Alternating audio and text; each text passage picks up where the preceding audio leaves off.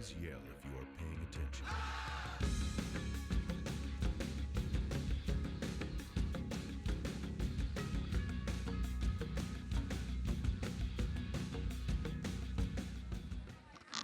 Good morning. Good morning, everyone. Please have a seat. Everybody have a great day yesterday? Wow. That walking tour was unbelievable.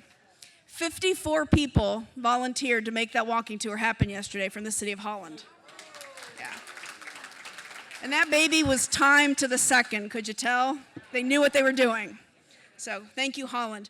I heard last night was really fun. A little goof to those that were going to Walters. You took the long way to get to Walters. We're very sorry about that. But thank you to Dale Deppie and his family and also to Walters Gardens for hosting those private tours. And those of us that went downtown last night for dinner, great restaurants, great wine, great beer. This is a craft beer capital of the Midwest, so it was fun. So don't forget to tell your friends and family back home that we're live streaming the Symposium this year, so they can tune in now. And tonight, the awards will be live. But if they can't tune in, every night they're recording everything, and then they're archiving it on YouTube. So if you had a session yesterday that you really liked and you wish you could have taken better notes, it's all on the website. So you can, Mr. Johnson's keynote, you can get notes from him, it's all on YouTube. So if you go to the American Bloom website, click on the streaming icon, logo we have up there, you can get to the links that you need. All right, let's do some special awards. Jack.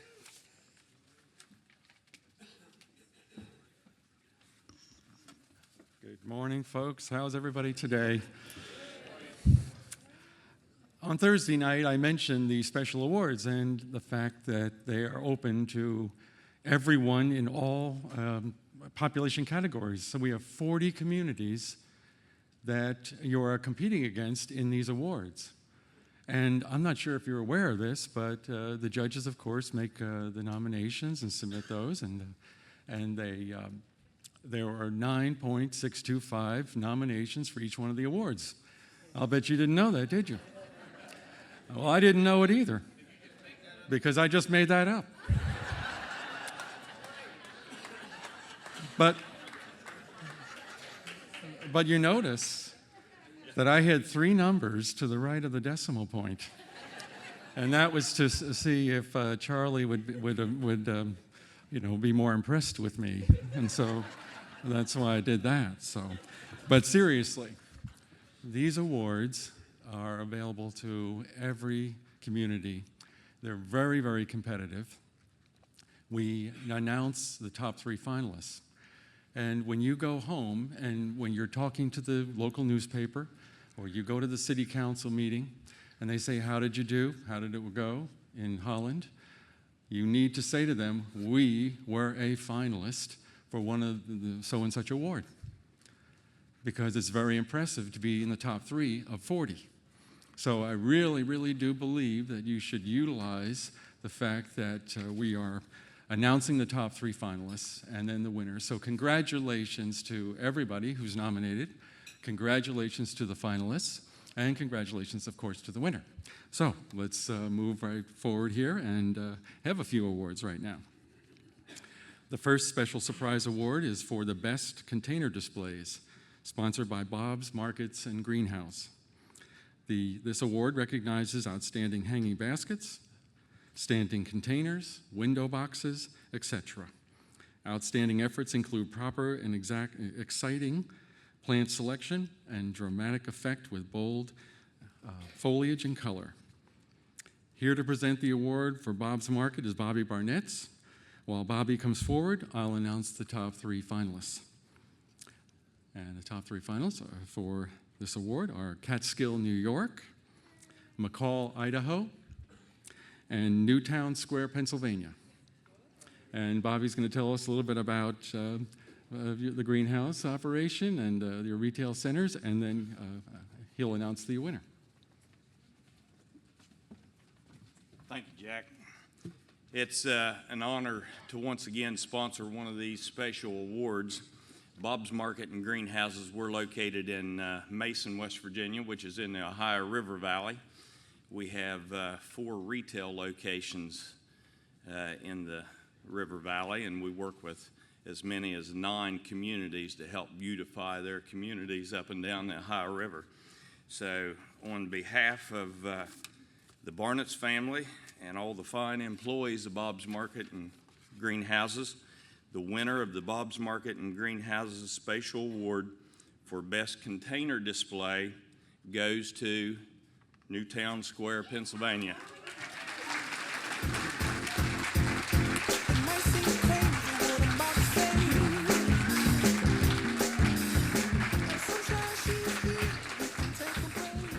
Newtown Square has focused on hanging baskets and decorative containers as a way to bring beauty and a sense of pride into the commercial district. 130 Hold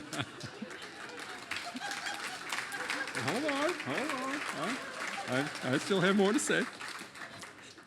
130 23-inch hanging baskets are hung from light poles, offering a blast of color to cars and pedestrians as they move through the town. In addition, beautifully designed decorative containers are placed in front of shops, restaurants, and businesses, offering a special kind of welcome. Congratulations. Thank you so much, American Bloom. This is just unbelievable. This is our first year involved with this, and we worked so hard raising money for those baskets. I can't believe it. So thank you.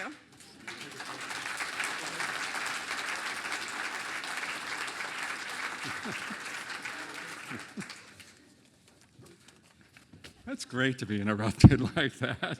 That is just great. I love that. Anyway. The next special surprise award is for the best program for engaging youth in a community. This award recognizes programs designed to get youth engaged in the outdoors, community gardens, school gardens, tree plantings, and landscape projects.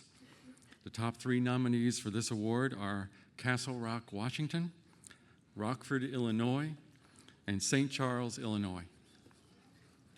And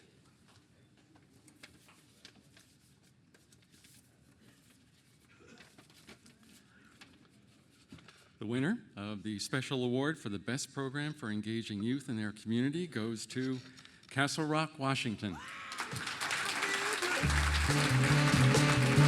I knew that I would not.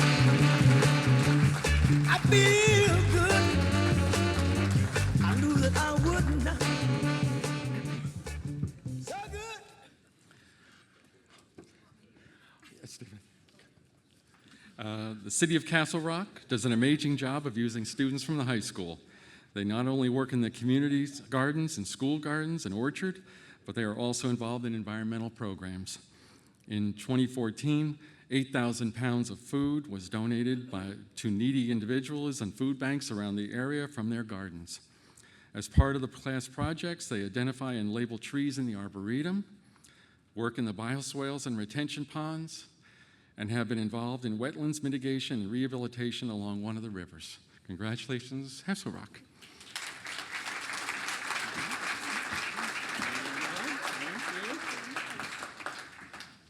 Oh my gosh, that's a bright light. Well, thank you very much. We cherish our relationship with our students at Castle Rock High School, the youth and all of the different organizations like the Girl Scouts and the Boy Scouts, and they are our future. And to be able to work with them has just really been a pleasure. And to be perfectly honest, we couldn't do what we do without them. So to be able to mentor and then have them be part of our program is absolutely fantastic. So thank you very much. This means a lot to them. I can hardly wait to tell the horticultural instructor at Castle Rock High School what we have developed for the greenhouse management program with the growing of our baskets has been, they've told us that on a national level they're going to use that as a model of how high schools can work with the community and with volunteers to up their game when it comes to greenhouse management in the high school, and that really makes me feel good. So thank you very much.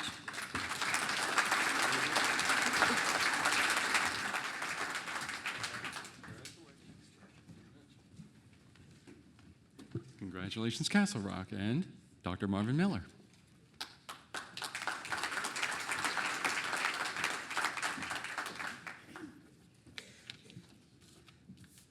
Everything everyone has said about the light is true.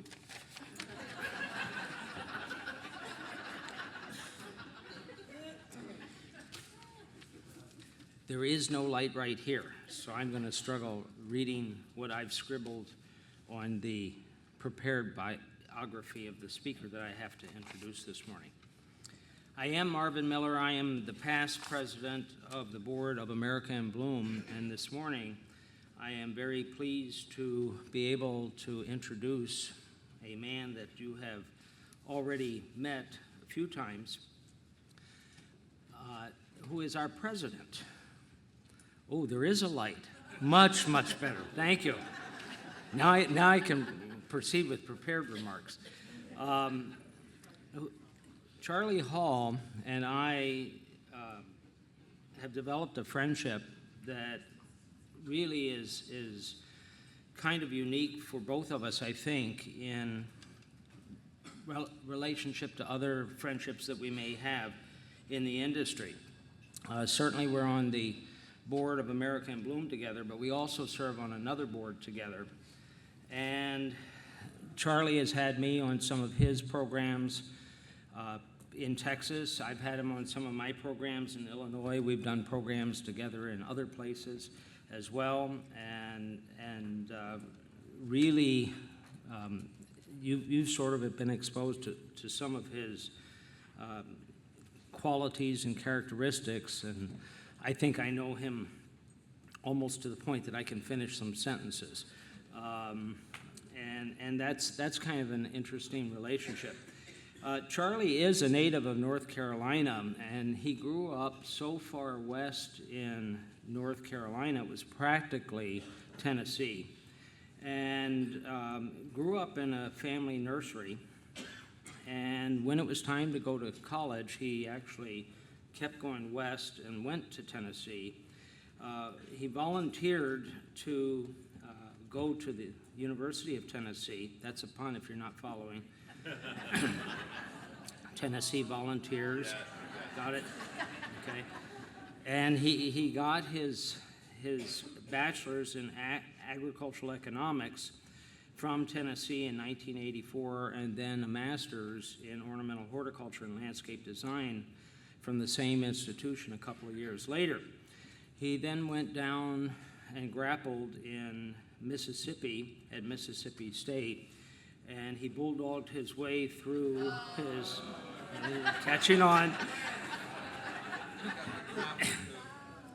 bulldogged his way through his PhD in just 2.5 years, but he picked up an extra trophy along the way in his wife Michelle, who is sitting down front here this morning. Charlie couldn't figure out where he wanted to go in life, so he kept going back and forth between Texas A&M and Tennessee for a while, and spent time on both of the faculties. And then from Tennessee, he went back to Texas A&M to become professor and the holder of the Ellison Chair in International Floriculture. And that is an endowed chair, very prestigious chair for the industry, and that we have very few endowed chairs in horticulture of any kind, and certainly fewer in floriculture. Along the way, Charlie has spent a lot of time on the road traveling, and I've probably seen him in at least a dozen states, speaking at one place or another. He's known for strategic management, for accounting, for marketing, cost accounting, and he loves to talk about industry, the industry in relationship to economic trends, and how you don't really need to look at a lot of economic indicators because they're not precisely focused on our industry. And so really what becomes important is how you are doing as a business. And I think that's very important for all of us. After this weekend, I mean, the prepared notes say that you know him for his enthusiasm, his passion, and his intensity that he exhibits when he speaks. I think after this weekend we have to add humor and his on-the-fly computational skills, which which might be close to accurate, depending on how many decimals are used. He certainly has achieved a lot, received a lot of awards. The Texas Nursery and Landscape Association has given him an outstanding award for service in the nursery industry.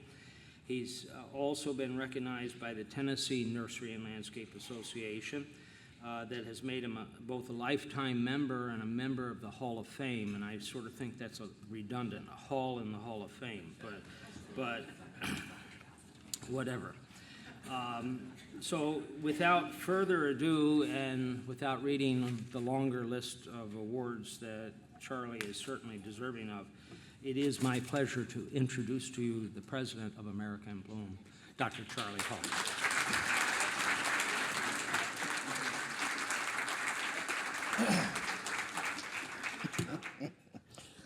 Wow, that was quite the introduction.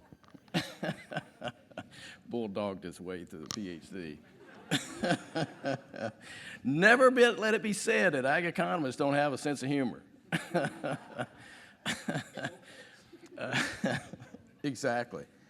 You know, last year when I had the opportunity to address this distinguished audience, I really focused in on storytelling.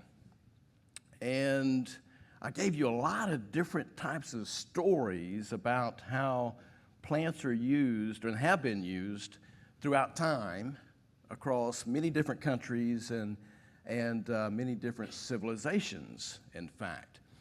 And it was an unusual talk for the Saturday morning opening.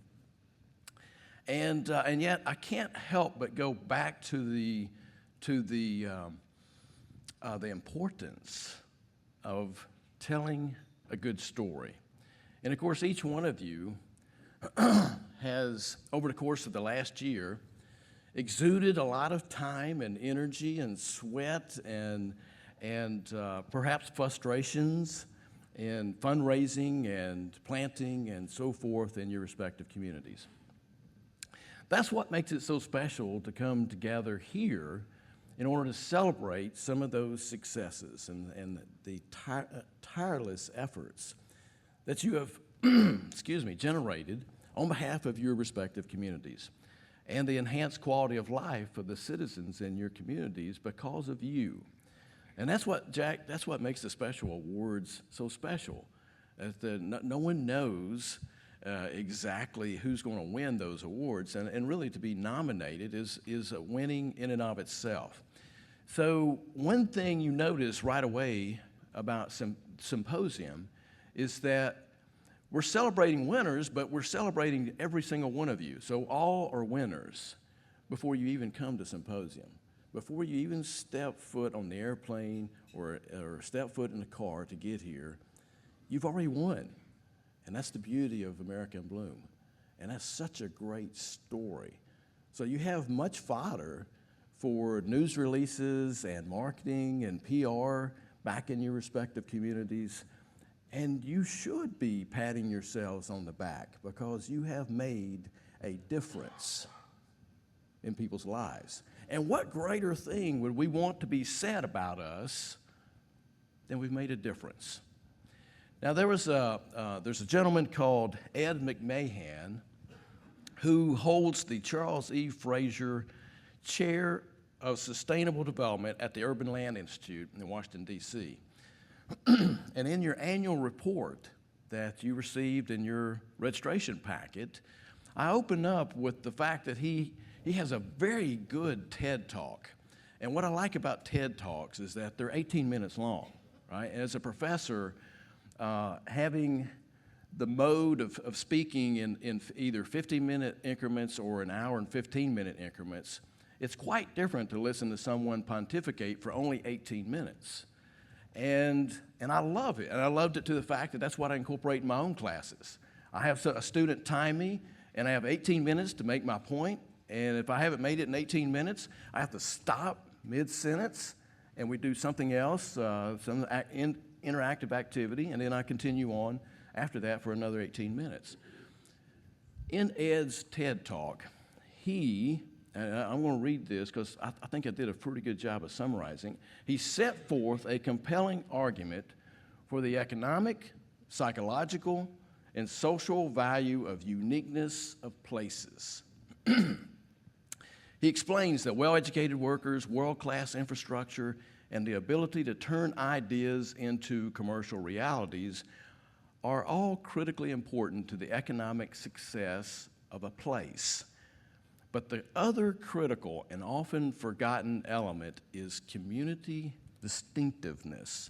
Community distinctiveness. Now, this particular quote is up on the slide. Communities that can't differentiate themselves, McMahon observes, have no competitive advantage. Now, you've heard me refer to Peter Kajiyama for a couple of times, once on Thursday and so forth, and all of you received his second book. And in his first book, For the Love of Cities, which, by the way, Pete, I looked over here because Peter's sitting there. Just wave at everybody, Peter. There he is. He's welcome. And remember, I said be sure to interact with him because he's a sharp guy and he knows what cities really care about. And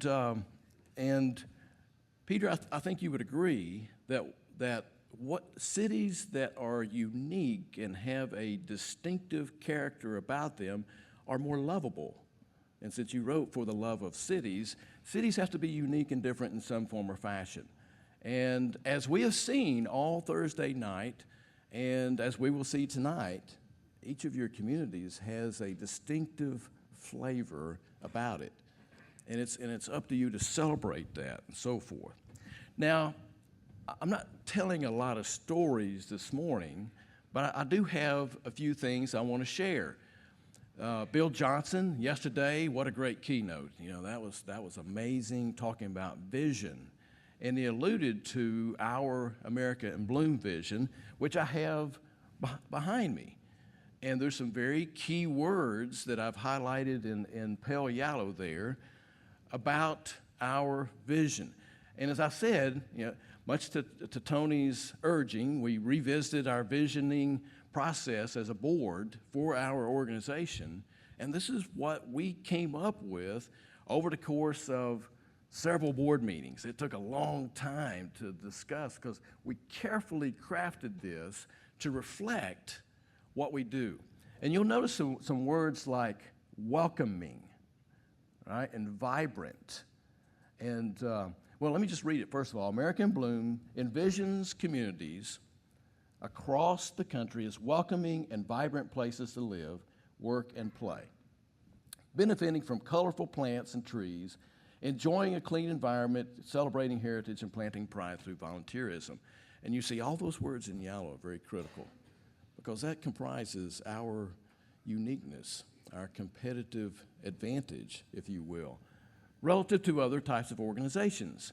And there are other similar types of organizations that are out there, but none that provide exactly the same types of benefits that we provide. So that is our competitive distinctiveness as an organization. So why welcome me? I have two different remotes. I'm multitasking this morning.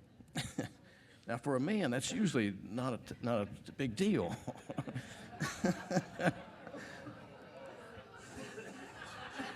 What? I was just bragging on men. I wasn't reflecting on women. Now, sometimes my wife tells me I open my mouth to insert the other foot. All right, so at least you're listening. All right, so that's important because as Dr. Miller and I have both talked about before, there was a study by the Knight Foundation in conjunction with Gallup that really looked at the things that form attachment on the part of people and their communities. And the top three things, just to summarize, were social offerings, openness, or the ability of the community to welcome others, and aesthetics. And of course, we're about aesthetics, but we're also about making communities feel more welcome. And with the environmental ecosystem services that we've talked about, we're also in the business of providing this social infrastructure or an infrastructure that benefits the citizens. All right? They may not recognize all those benefits. They may say, oh, look at the pretty flowers or such. But over time, as we educate them, they will recognize those other benefits. Now, very quickly, there's our mission. We talk about beautification, education, and community involvement. Because it's not just about the planting, it's about the educating. And it's about the socialization that we go through in our respective communities. You know all about that. You know all about the intergenerational relationships that are forged when people are outside planting with the shovel. There are very few social differences while you got a shovel in your hand. All right, so that's part of the beauty of what we do. Now, our objectives, again, I'm just going through this very quickly because, again, we spend a lot of time on this, but it's critically important that we all recognize our mission here, educate. So each one of you, I may be a college professor, but each one of you is equally an educator. And you're educating about the importance of beautification and preserving heritage and so forth. And then we do a lot of marketing and outreach, and I alluded to that earlier in terms of the awards that you win. Even if you don't win the award, being nominated and coming in second, right, is second nationally in a national competition. It's all in how you market. And then, of course, the evaluations that our judges do. You've heard me say this before, but judges all across the room here, we had 21 different judges this year. The evaluation reports that you put together for your cities and communities are worth several thousands of dollars. And so that's a great benefit that we provide the communities. So that's awesome. And then, of course, we like to come together to celebrate. And that's the symposia that we do are an integral part of our activities. All right, so some key metrics. I'm going to bring this full circle here. Some key metrics in terms of our performance as an organization. Well, first of all, with our National Awards Program, you heard Jack summarize some of the key points. 40 different communities participating, which, by the way, is more communities than ever since the Great Recession. Right? The Great Recession put a little bit of dent in terms of everyone's performance, but that's more communities than we've had in a long time. And so the judges had to work extra hard this year and in going to your communities. And, of course, we now, I think I was supposed to ask you how many cities. So just take a guess at how many cities. Take a quick guess about how many cities that we've been in since 2001. Using Hall math? Yes. That would be 270 point something, right? So a tremendous number of cities, and what I counted 38 different states. It may be a few more states than that. But again, I mentioned the 21 judges. We have 4 new judges. On Thursday, Diana Wayner oversaw the judges training. They spent an entire day in training and so forth. Excellent slate of judges. And so I'm very excited about that because we keep bringing in new folks, new energies into the judging process. And we have the experience of those that have judged for a long time with the new ones and transferring that knowledge, et cetera. Uh-oh, wait a minute, I didn't mean to do that. Let's go back. Then if we look at the board, just counting the board, all right, and the main activities that we do in terms of marketing and the awards program and symposium and so forth, if you count up all the hours, which we did for our upcoming board meeting, that's 7,694 hours. And remember, 2,080 hours is a full-time equivalent for a year. So, the board is working very hard on your behalf. Now, if we accumulated all the volunteer hours in our respective communities, oh my word, I'd have to start talking about millions and billions and trillions again in terms of economic impact. It would be staggering. And let me just kind of give you a heads up. That's some of the data that we'd like to capture in the future to be able to showcase the overall economic impact of American Bloom. We would like to capture the number of volunteer hours that are generated in your respective communities. So be thinking about that in the back of your head about how you might capture that. We generate a lot of money in sponsorships, $198,000, but to do all that we do with $198,000 would be, it's infeasible, right? That's why the volunteer hours are so critically important. And again, this number here doesn't include all the judges' hours that are spent and so forth, and you know, all the other volunteer hours. So we really are a volunteer-based organization. And of course, American Hort does a great job in providing support, about $83,000 in both cash and in-kind support for our organization. So, hey, Laura, thank you very much to American Hort for that. That's awesome.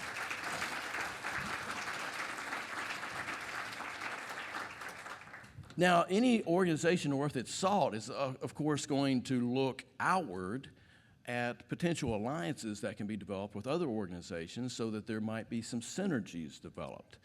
And we're no different. And we have 17 different entities in which we have different alliances and partnerships to various degrees, but we're exploring how we can best extend our reach, if you will, and capitalize on some of the other networks of these alliances. And here's just a few. Partners in community forestry, the Sustainable Urban Forestry Coalition, Keep America Beautiful, Arbor Day Foundation, National League of Cities, the Philadelphia Flower Show, American Public Garden Association, National Garden Bureau, the Communities in Bloom, CN Railroad, and Scenic America. Those are just some examples of the other organizations that we reach out to for perhaps not collaborative types of advertising promotion, but maybe some cross promotion of activities. And of course, we can learn from other organizations, and that's really one of the benefits of reaching out and developing these partnerships and alliances is when you take someone that's like a Keep America Beautiful that has literally thousands upon thousands of members, we can learn something from that as our own organization when we're asking ourselves about what are we going to do in the future. And of course, I've listed on this slide all the programmatic efforts that we typically do. And I won't go through this exhaustive list because it does give you a sense that, yes, we have a national awards program, but we are much more because we had the educational thrust. And we developed the Best Ideas book, and we have the Discover the Surprising Side of Plants brochure on the website. And we have recorded webinars that folks can watch in terms of education. We've got the CN Railroad partnership that we talked about earlier. We have the photo contest and the YouTube contest, and which will be announced tonight, by the way. And again, in terms of that marketing communications objective, those YouTube videos are worth their weight in gold. And they were, being a judge for the past several years for the YouTube contest, oh my word, y'all are getting really good at developing these YouTube videos. And we had to look at nuances of these videos. So you're making our jobs terribly difficult, but it's very rewarding at the same time. Last thing I'll mention on this particular slide is the Pollinator Network. We've joined with 21 other different organizations in this National Pollinator Million Pollinator Garden Challenge, where for next year we're trying to have 1 million gardens across the country that incorporate pollinator-friendly plants into those gardens. And of course, every AIB city falls into that category. And you know, the neat thing about all the press that's been generated about this network is that they usually list all those 21 organizations alphabetically. So guess who comes in first? We're top of the list, American Bloom. That was such a smart thing when we named our organization. It's awesome. Anytime organizations are listed, we're number one. Awesome. All right, so this is the last slide, and it's the question that the board is now pondering and have been pondering the last couple of board meetings, is that because of the fact we are growing, we got to ask ourselves how is big enough? What does American Bloom look like in the future, and how we get there? And Peter's joining us on Sunday, and because of his extensive networking with cities all across America, we're exploring those ideas, and we're working with American Horton, looking at the resources and the capabilities that are needed. If we went from 40 cities to 80 cities, what would that take in terms of judges' time, and would we need more staff? And how do we maintain the intimacy of this type of setting where we have seen each other through the years, and we've developed friendships, and the new folks that come for the first time, they see this and they want to be a part of that camaraderie. How do we maintain the esprit de corps and yet continue to grow? It's a very interesting and challenging question. So these are some of the questions that the board is going to continue to tackle, regardless of how it comes about in the future. I know this I know, that we will continue to be a vibrant organization, that we will continue making a difference in the lives of citizens all around this country. And because of the fact that I have all this newly wired plumbing in my heart region, it makes my heart feel good thinking about that. Thank you for what you do. Thank you for making this organization so great. And I look forward to interacting with you the rest of the day, and particularly tonight. We're going to have a lot of fun. Thank you very much.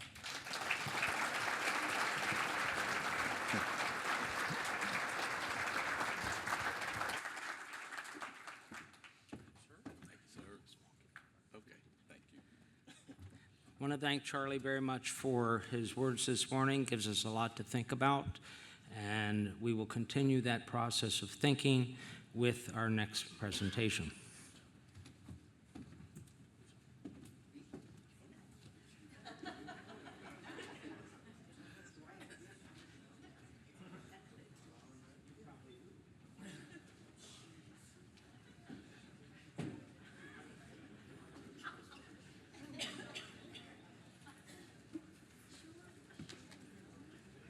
Okay, this is a surprise. Good morning. I was hoping you didn't have to see my face this morning, but here I am. Our next presentation, our next part of the program is a very important part of the program. It's going to be a little difficult, I think, with this light shining in poor Evelyn's face, but because she wants to see each of you. But we are going to be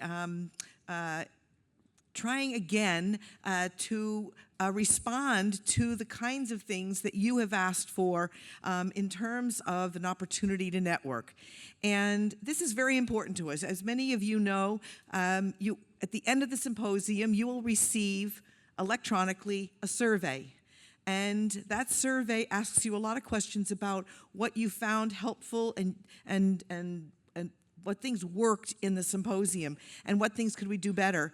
And many times you say more opportunity for networking. So we're leaving a good bit of time this morning for that networking. And then, of course, it'll be followed by the Meet with Your Judges sessions, which, of course, is another time for a different kind of networking and a more intimate and small scale.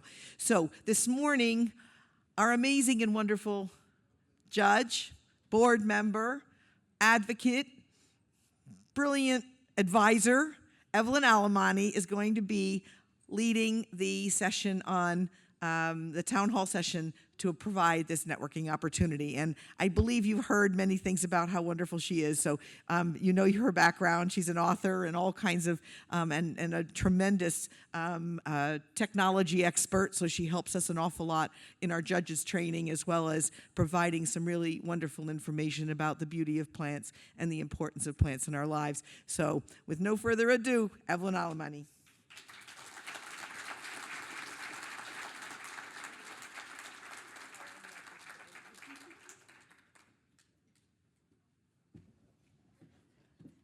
Good morning. You know, this is like a family reunion. It is so great to see all of you year after year and celebrate all the achievements that you've made. But before we get started, let's all give a big round of applause to Katie Moss-Warner, who put all this together. Yay, Katie. So Charlie mentioned celebrating our heritage, which is certainly one of the criteria that we work on. And we would be remiss if we didn't celebrate American Bloom's heritage. We have two amazing people here today from Canada who helped make our program possible. Raymond Carrière, who is the founder of Communities in Bloom in Canada, and Odette Sabourin-Dumais. So if they would stand up, please.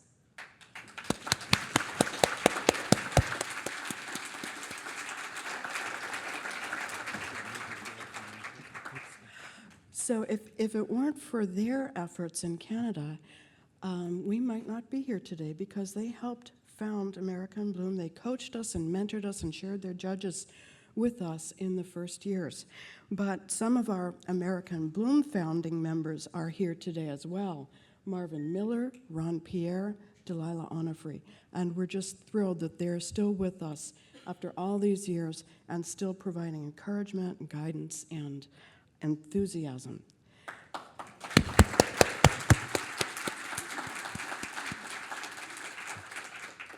So this meeting this morning is kind of an extension of the Best Ideas book.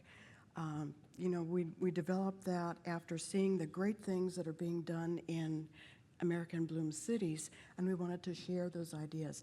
And this morning is your opportunity to share with each other the great ideas and great things that you're doing. So I was thinking about 4 topics that are near and dear to all your hearts. One is great fundraising ideas. Another topic that we might look at is how do you recruit volunteers and retain them? Very important to our success. How do you use America in Bloom involvement as part of your marketing for your town? And finally, what are some judges' suggestions that have worked for you, that have made a difference in your town? So the process will be, we have 2 of our wonderful judges, Diana Weiner and Kristen Patagas, who have microphones. They'll run around the room. If you raise your hand, give you the microphone, and then if you would tell us your name and where you're from, then you can share your ideas with us. So let's start with suggestions from American Bloom judges. Anybody have some thoughts about a suggestion that a judge has made to you that has made a difference for your town? I can't actually see the hands. Anyone? No? Okay. Let's move on to another topic then. Oh, okay. Am I on? Does this thing go? Okay. Am I on? I'm Bob Vetter from Venice. This gentleman next to me, Alex Pearl, was our very first judge last year, along with Leslie, who was sitting in that chair and must have fainted or something. Anyway, they were fabulous the first year, and one of the things that they did that's kind of that was very helpful was they said, well, tell us the things you want done that we haven't seen, and we'll put them in the report. And so we did that. You know, we said, well, you know, we really think the entrances to our city are kind of sucky, and that's a real technical term, I'm sorry. Anyway, they just didn't look all that great, and so they put them into the report, and then that way when, you know, it went to the city council and to the mayor and city manager and everything, it had a lot of credibility because we didn't have as much. And what it did, and they did a couple of other things on their own that helped, but you know, we got $250,000 this year in the city budget because of their comments. So.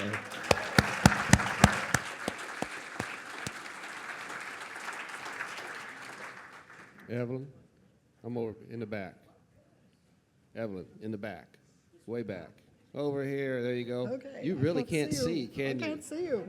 Somebody needs to shut that light down somewhat. I'm one of the new judges in training, and I have a hard time explaining the excitement that I've gathered just being here and seeing all the potential that there is for all of you, as well as for me personally and professionally, becoming involved. I can't beat $250,000. However, I'm a charter member of the Tree Board, and we have a spring home show, and the Tree Board sponsors Tree Gives Away. The state actually grows tree seedlings, and all of the foresters involved donate their bags of hundreds. And the redbud tree is our city tree. If you don't have a city tree, you might consider a city tree flowering tree and city tree shade tree as a complement to your urban forestry program. But we give away all the other trees, but we ask for donations into a 5-gallon water bucket for the redbuds. And so we earn money. We get $3,000 a year from the city, which is not a lot, but this boosts it by another 50% or more usually.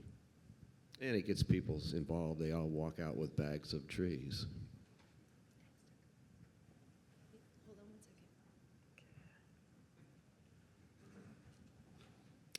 This is Stephen Patagus. I had the pleasure to judge Madisonville, Kentucky, along with Evelyn, actually, and we have a 12-hour success story. This was actually pretty amazing. Madisonville has a number of water bodies, and cleanliness of the water was critical. And we realized that they could benefit from a program that we had spotted in another city in Racine, Wisconsin, where in Racine, they had a program at the Prairie Creek Elementary School where the students actually tested water of the nearby creek that emptied into Lake Michigan, which is their drinking water. And this whole program had been set up, and it was making use of funds from a local engineering firm that was involved in environmental issues. And so they set up this whole program. We saw them operating it with all this expensive equipment. The kids were very well versed in how to test the water and check the results. And we realized that Madisonville would benefit from that. So we mentioned the program to them and told them about, Racine and who to contact. And later that evening at dinner, they told us that they had talked to Racine already. They had found a local environmental firm to sponsor it, and they already had a grant for scholarships as well. So we were really blown away. And Madisonville could not be here, but I wanted to share that story. The second piece of that is that not only did the environmental firm give a grant to the schools to start the program, they also created a scholarship program so that any high school student could pursue a career in environmental sciences and water quality. So it was remarkable how quickly they put that together. Hi, Evelyn. I'm Eric Anderson, a fellow member of Elfin Forest Community. And in 2003, the judges came to our community and made a couple recommendations. And I definitely urge you all to read those carefully and take them to heart and take them to the decision makers and the people. One was to go after grants. And so we used those recommendations, and we got a $30,000 grant to create a beautiful hiking oak line trail in our community, which had been before a kind of an attractive nuisance for kids having fun on weekends and evenings. And the other thing was there was an $80,000 grant for a fire station for a native garden. So it was over $100,000 as a result in our community. It's had a huge impact, especially in a very small community that we are. Thanks, Sarah.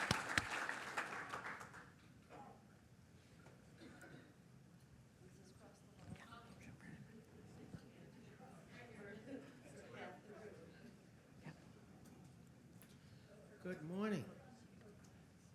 I'm Mark Aronian from Holliston, Massachusetts, and I'd have to say that the Best Practices book has really done wonders for our community. Our committee is made up of all volunteers, We don't have any funding from the town. It's all collected through a marketing campaign that our committee does, sending out letters to residents and the community as well as businesses. And we have several companies that donate quite a bit of in-kind donations as well as equipment and so forth. And I'll tell you, the best practices book really helped us learn how to collaborate with town government and how to do it the right way, to work with them and to get organized and accomplish large projects that we've been able to do. And the town has become very receptive over the years with the help of the Parks Department as well as the help of the Highway Department, and even the town administrator has helped us with ordering surveys for projects that we wanted to accomplish, and the town planner.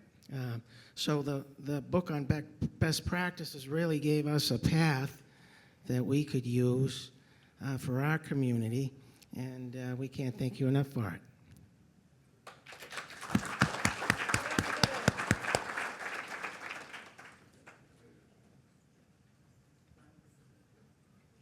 Hi, I'm Ann Garrity. I from Lexington, Kentucky. When we entered American Bloom in 2014, it was as a result of Katie visiting in our town, and at that time she visited with our mayor, and they found they had a connection through a previous experience. Then the judges came, and I wanted, and we've gotten through it, but I didn't know it at the time. I didn't know it for about a year, how much our participation in American Bloom affected the mayor's decisions about money and staffing in the city. And I didn't realize that until we were preparing for 2014. We had a vacancy during our first year in a key position in the Division of Environmental Policy for the city. And so we coped. We got through it fine. But then when we went, by the time for the 2015, we had a new director. Her name is Susan Pluger. And Tim Query, who is here, works under her. And I went to her office to talk to her about, we are getting ready to apply for 2015, and she says, "Can't we wait a year? I can't possibly get everything done that's in that report." I said, "Oh, Susan, it's really not intended to be that way. This is for us to use as we find that we can really do it. And if we don't get everything done, well, that's sort of up to us." So she said, it became clear to me at that point, and I confirmed it, that part of the reason that this was a reorganized division. She now has the ability, she asked for it, to not only do some planting that's outside of the Parks and Recreation realm, but to also be able to maintain it. So this is huge. I mean, we've had a very successful year, and things, since Barbara and Alex were there, things are just popping all over. We're blooming. So I would say that just the fact that we're here, that we're associated with American Bloom has helped us. We're a very large city. We're the largest in the competition this year. We have lots of garden clubs. We have lots of planners. We're trying to figure out what our umbrella organization looks like, and this is a big help. Thank you.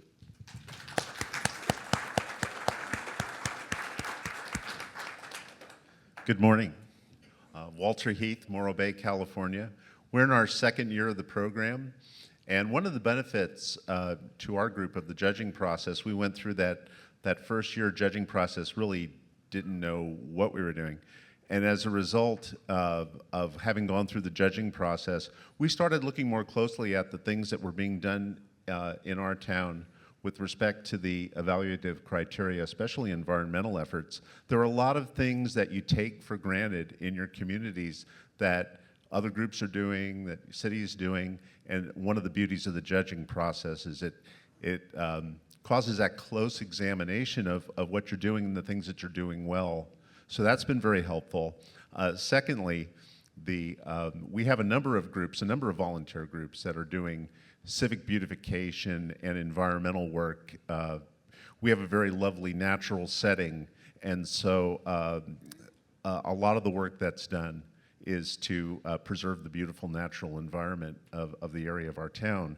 But there are a number of groups doing that, and as a result of the judging process and some of the suggestions that the judges made after our first judging process, we're starting to pull those groups together, and as a result, we've started an advisory committee that reports to our Public Works Advisory Board of Citizens Beautification and Heritage Committee, and we're meeting on a regular basis, and those groups are starting to collaborate on larger projects.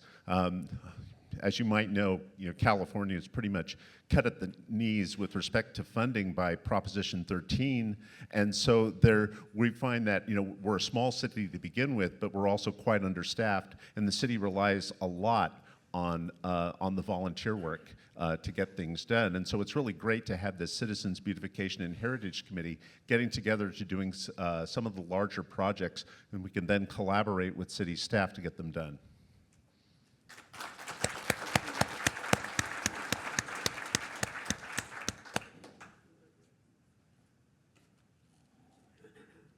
Hi, I'm Bob Eschbach. I'm from Ottawa, Illinois. This is our third year.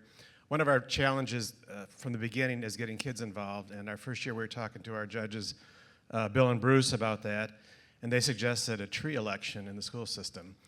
And we were never able to tap into the whole school system, but we did find a couple fourth grade teachers in one school, and they had 3 classes. For 2 years now, they've done a tree election. We give them about 6 trees to choose from. They form teams, they have captains, they do posters, they do essays. And they had one little girl, I remember, who was advocating the white pine. And when the election was held and the white pine lost, she cried. So it's just a great idea. It's very simple, and it's helped us. Yeah, our goal is to make kids cry. Thank you.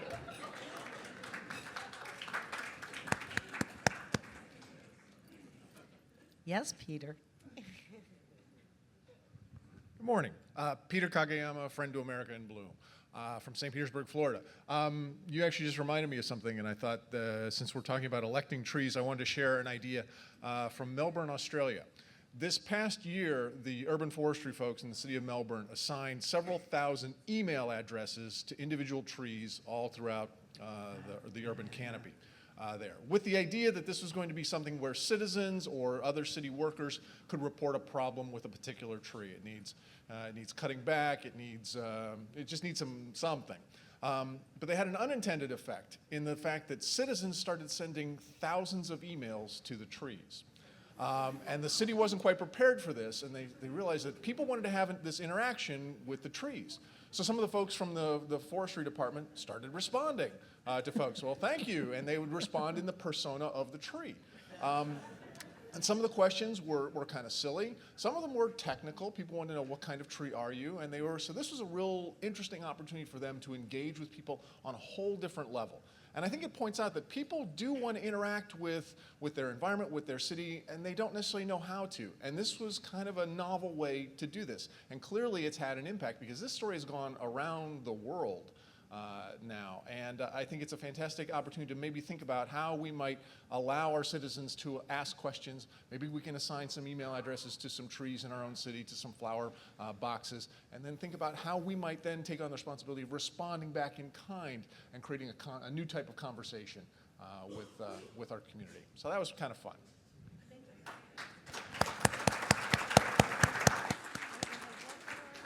Hello, everybody. I'm Bruce Riggs, and many of you we've met over the years, but I used to work at the New York Botanical Garden, and I was in charge of signage. So if I judge your community, I'm very conscious of the signage.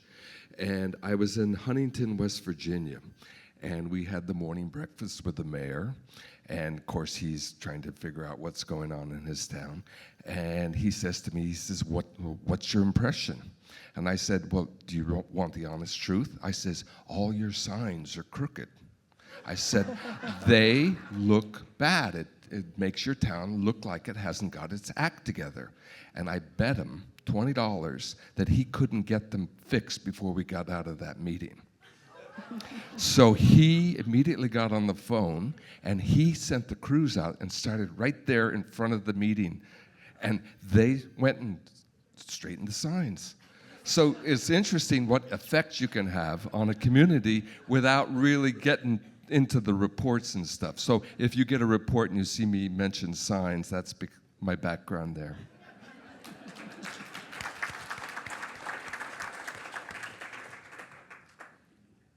Hello, I'm John Manchester. I'm the mayor of Lewisburg, West Virginia. Like Morro Bay, we're in our second year, and one of the things that we found is that it gave us a roadmap. It's a very, having an expert or someone who you can portray as an expert, Bruce, come in and give you insight that regular people from around the table could have said the exact same thing, but somebody from 50 miles or greater away, the expert, comes in and tells you that this is what you need to do. You pay attention, it gives you the roadmap, it helps you plan for the future. Obviously, you're not going to get it done in 1 year, but it gives you the year-to-year perspective so that even if you are thrown out, you have a roadmap that the people can come back and say, hey, new mayor, that roadmap that you had, where are you on that? And hold people accountable for a long-term plan for the implementation. In this case, the work that we did on the fixing up the Black Cemetery, much to the help of Shannon Beatty of our city, to be able to lead the effort, to be able to focus attention, build the group, and have something that came out of the first report for an improvement for this year to show small successes really helped us a lot. So thank you all.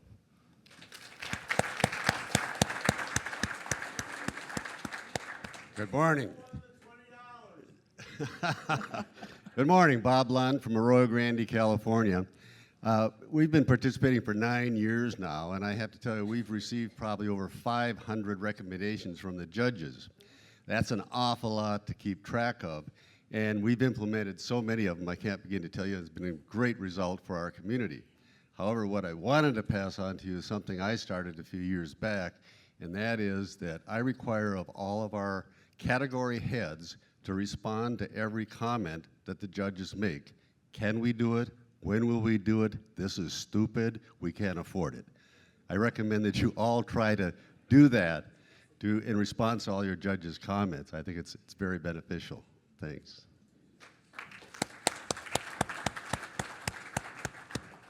Hi, I'm Karen Rindle, and I'm a second-year judge, and I just wanted to share with you on the concept of the idea of ideas, that in my 2 years now as a judge, the really rewarding moments have been for me when myself and my judging partner have been able during a tour to throw out an idea and it sparks another idea or another facet of the idea. And then somebody else says something and somebody else says something, and it becomes this wonderful serendipitous moment where in the end, the idea that went into the report was not the judge's idea, it was everybody's idea.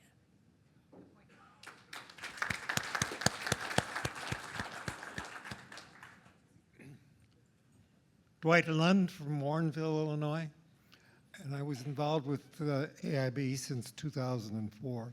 But Warrenville is a small community in the west suburbs of Chicago.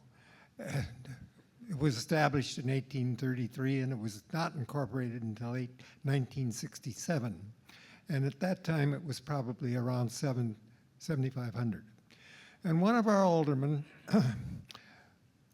we had no hotels, and one of our aldermen suggested that we have a hotel-motel tax, but no hotels, which was very forward thinking.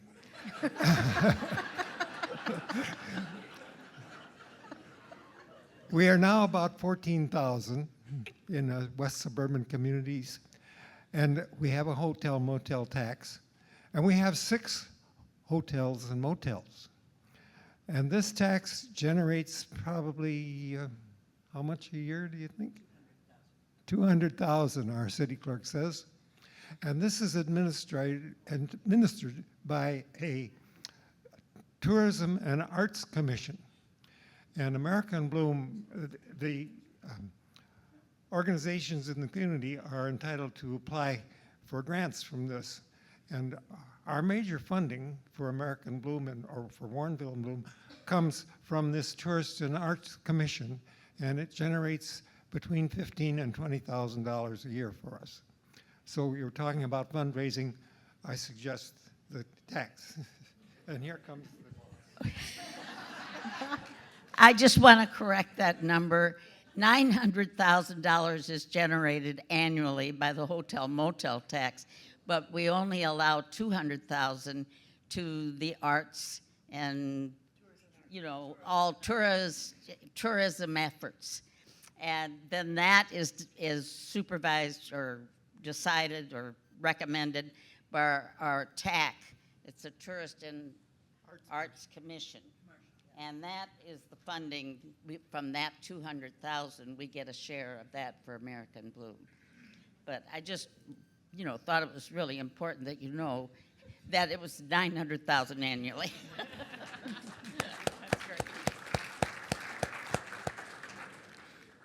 Yes, hi. I'm Henry Cespedes from the city of Calabasas. Good morning to all of you.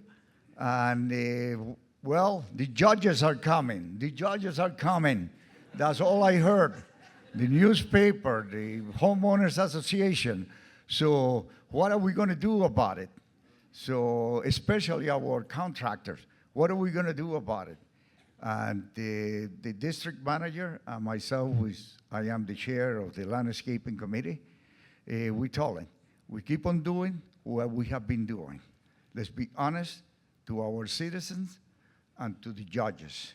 So we did not improve anything, we did not try to impress, but whatever the judges saw in our city, we continue doing it every year, every month. So, but do they have an impact? Yes, because every time we have a little project going, we have to always mention that we have been, for the last 2 years, we have been winning the highest award from American in Bloom.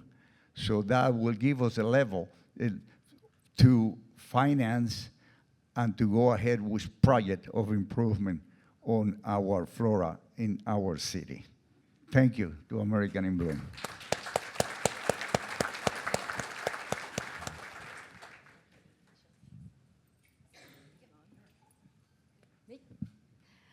Nancy Chenault, and I'm the volunteer coordinator for Castle Rock American in Bloom. This is our fourth year participating, and the judges every year have noted that our urban forestry segment of our category is somewhat in the lower level of our point score, and have made suggestions for how we can improve on that. We're surrounded by natural forests, we're surrounded by private and state timberlands, and so it was one of the things that just kind of was off of our radar as things to pay attention to. So we had a new disc golf course out at the recreation complex that was constructed by the Science Club. And the Science Club advisor happens to be on our Castle Rock Community Development Alliance board, and he's our token young person, very energetic, Ryan Penner. In the award of working with youth, Ryan is instrumental in a number of those wetland mitigation things and that type of thing. Well, we had this disc golf course that was built on dredge spoils. We had a donation of a lot of old, overgrown plants from Castle Rock Nursery that gifted them to the city and said, here, use them. And at that point, we had really no place to use them, one of this, two of this, one of this. So the horticulture instructor said, we'd really like to have an arboretum. This was 4 or 5 years ago, she mentioned that to me. An arboretum where we can teach our plant sciences classes, different plant species. So in collaboration with Castle Rock Nursery, the city and the recreation complex, and Ryan's science class, we planted those individual trees as he needed obstacles. It's basically a wasteland. And so we planted them as obstacles, so he actually has a course with the arboretum, with signage of individual trees that the science classes and the horticulture classes can use for plant ID. So we've established an arboretum at the beginning stages. It's still really little, but the trees are growing. And so that kind of was a jump-off point for getting our urban forestry idea going. Ryan and his honors biology students are also working in collaboration with Castle Rock Public Works, and they are working on a database to inventory our street trees. And we do have some, we just never paid attention to them. So thank you, judges, for getting us on the right track. Okay. So let's switch topics if we could. We'll take one more from you, but then let's switch topics to something that's really important to our program, and that is our volunteers. Think about how you recruit and retain volunteers. We'd like to hear about that. So you go ahead, and then we'll switch topics. Thank you. I'm Warren Goldie from Lewis in tax-free Delaware. We've been in the program since 2002, and it has really been a wonderful program for our town. I think the judge's recommendation that has impacted our town the most was that they said we needed to make better use of our parks and beautify our parks. Our parks were kind of run by a Parks and Recreation Commission that was staffed by volunteers. Our town is run by volunteers, basically. And when this recommendation came in, it was sent to the city council and the mayor, and they paid attention to it. Many of the park commissioners at the time had a budget of, say, $5,000 or $10,000 in their park, and they thought they were doing the city a favor by not spending it. So the parks got into disrepair, and the mayor and council over the years, as the park commissioners' terms expired, replaced them with members from our organization, Lewis and Bloom. And the difference can be seen today. Our parks are now vibrant, used, beautiful. It's made a big difference, and I thank the American Bloom judges that made that recommendation.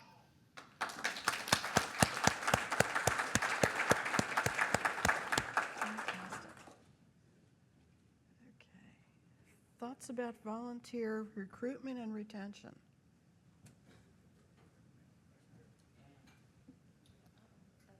Hi, I'm Jill Hunter from Saratoga, California. 10 years ago, we decided our town was in very sad shape, and I put a letter into the newspaper saying we thought it was in sad shape, and would people meet at the local coffee house if they were interested in working on it. And 5 people showed up, and the 5 of us started the Village Gardeners. And since then, we now have 50 regular volunteers. And we also set up a listserv with 550 people on the listserv, so that every time we ask for volunteers to bring plants, and we list where they can bring the plants, we ask the volunteers, we run one event a month for children, and we get all those volunteers from the listserv. I put out a request. Our event in February, for instance, is a wonderful way to bring the schools together with your town. We go to the schools and we say, write a love letter to either your dog, your cat, your teacher, your grandmother, or the town. And we post them all in every single window in the town. And so people come down to read all the love letters. They have 2 weeks to read all those love letters. And at this point, every single store has 20 and 30 love letters in it. And the preschools do it. Everybody does it. So anyway, we have an event every month, and all the volunteers come in. The trick with volunteers, to me, is very simple. You thank them, and you thank them, and you thank them again. And you tell everybody how wonderful they are, and you list their names after the event, and let everybody know who did what, who put up the balloons, who put up the signs, and you make them feel good about it, and they all become friends, and that's why they stay with it. They love it. Thank you.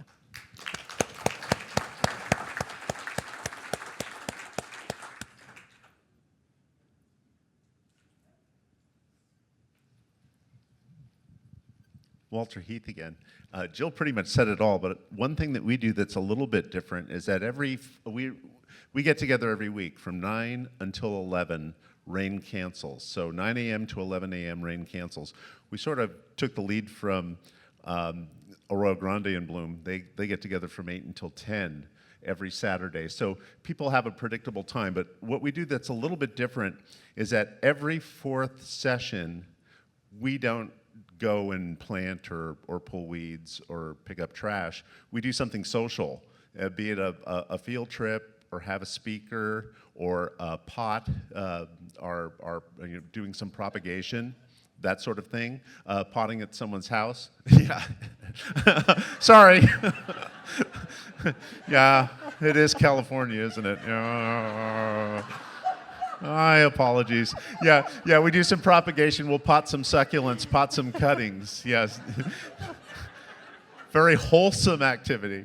Yeah. So, and we've found that really does kind of keep folks together and wanting to come back. The fact that, as Jill said, we're all friends. That way, everybody likes each other. My wife doesn't really participate in the planting and the weeding and the trash pickup. She has her law practice, and Saturday mornings are busy for her. But we do frequently we'll propagate our succulent cuttings and other cuttings at our house, or we'll do something social at our house. And one thing that my wife Jane says about the group is she says, it's amazing. It's such a happy buzz around when these folks come in. Again, here I go again. She says, the folks in your group genuinely like each other, and without any chemical augmentation whatsoever. Thank you.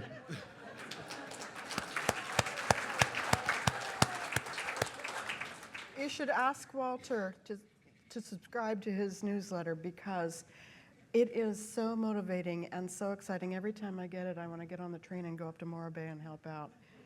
You do a great job. It's a model for all of us.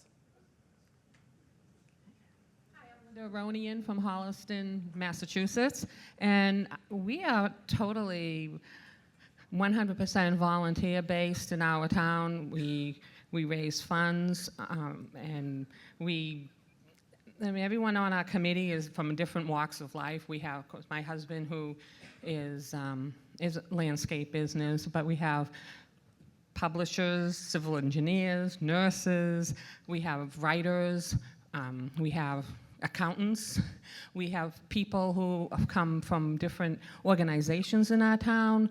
We have the Lions Club represented, we have the Agriculture Commission represented, we have our online newspaper comes, and we make sure we get the word out. But what we've done for volunteers this year, and to get them and to retain them, is we've started using social media a lot. We have our own website, we have the social media, we do town fairs where we show up and we give things out.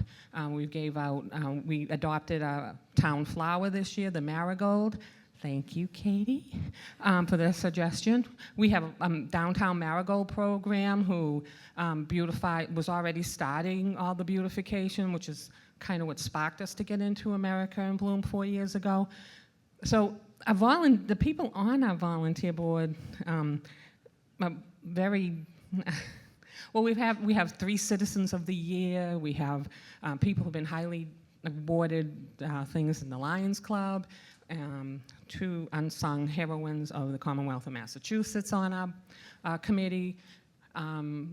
So it's all volunteer. The people volunteer their time. They come out. We had a cleanup day in our town. It was on social media. We put up some signage, some posters, and we had 60 to 100 people coming out and going the weekend before, the judges are coming, the judges are coming. We had signs that said that up around in our town, and it really helped. People took incredible pride in the community, and I think that right there, the pride in the community, and the fact that we have our reporters with us today reporting back how we're doing as we do something. I think it just really helps take the pride in the community and encourage the volunteerism. Our town is really, if you want something done in our town, you have to get a volunteer to do it, and we've done that. And it's such an eclectic group, and we all love each other, and we really do. And it's really, volunteerism is just so important, and I can't even say enough of it. I have no free time because I volunteer so much, but I thank American Bloom for the opportunity to have connected with this incredible group of people. Thank you.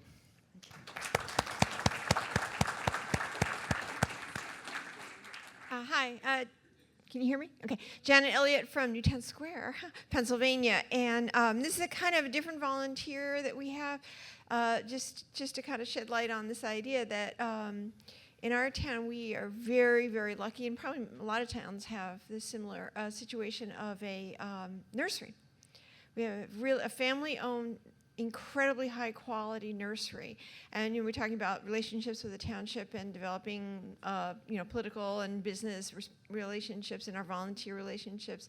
But our relationship with Steve Mustardi, it was this Mustardi nursery, has really, we've really only been moving forward in the last few years on trying to do something in our township, and he is right there lives and works in our town, and and it's not like he's doing it as a business for promotion. His name 90% of the time is not on anything.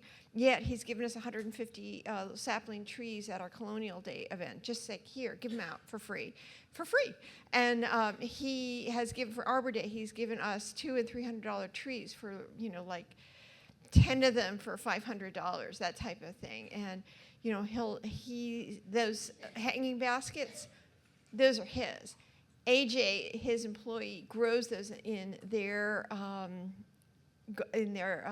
greenhouse, and he, again, there's no name on them anywhere that he does this, but the point being is that as our environmental our American Bloom group in our town, we are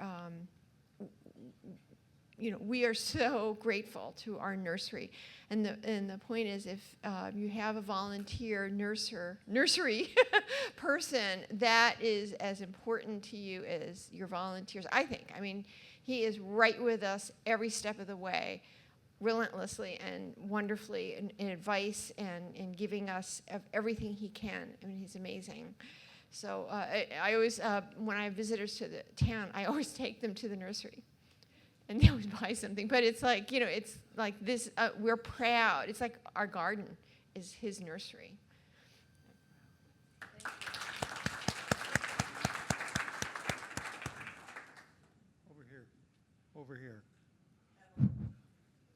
Over here.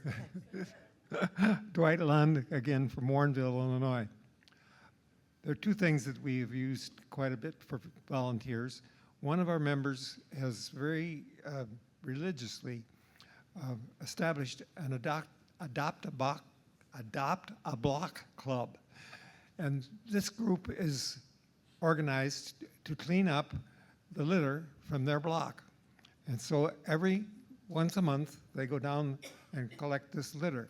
And these volunteers are people that frequently we don't even recognize, but they are very persistent in getting the job done, and it has helped immensely.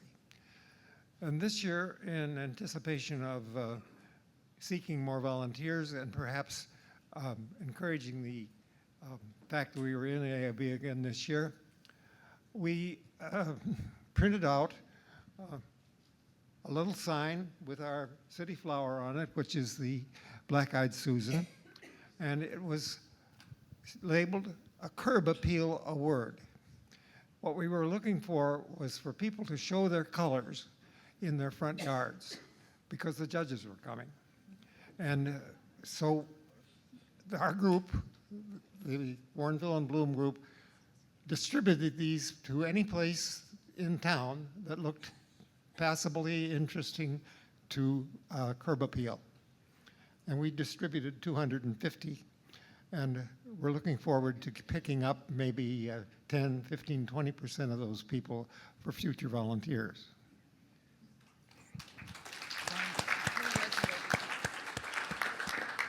Now we're going to come over here. On this topic, and then we'll switch gears to Okay, fundraising. maybe one more comment about volunteers. I realize you can't see me over here, but I'm Dan Riggs from Rockford, Illinois. I'd be remiss in not recognizing the volunteer effort in Rockford. We've got three main groups. One is City of Gardens, which is funded through the Rockford Park District Foundation, initiated by Ruth Miller, I think about 2004. They were responsible for initiating the Hanging Baskets program and coordinating with the neighborhood network and doing the various beautification projects in our individual neighborhoods in the city.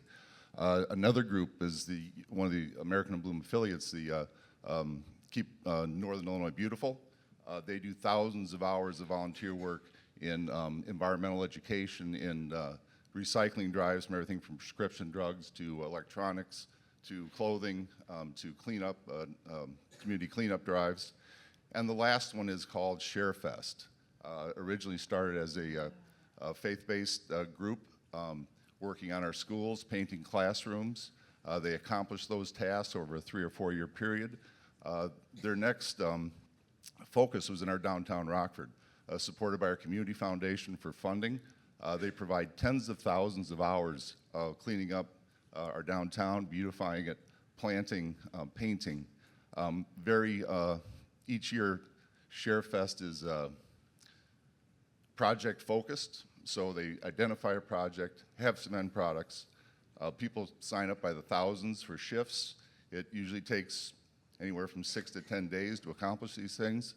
This year, I think we got, I'm trying to remember the numbers, 20,000 hours in volunteer time down there, and made a tremendous difference, and is one of the driving forces behind the American in Bloom effort in Rockford, Illinois. Thank you. Thank you. So we heard from Dwight and Vivian about how they get some of their funding from a hotel and motel tax, and we heard about community foundations helping with funding and businesses sponsoring. What are some of the creative fundraising ideas that you have in your town? Walter?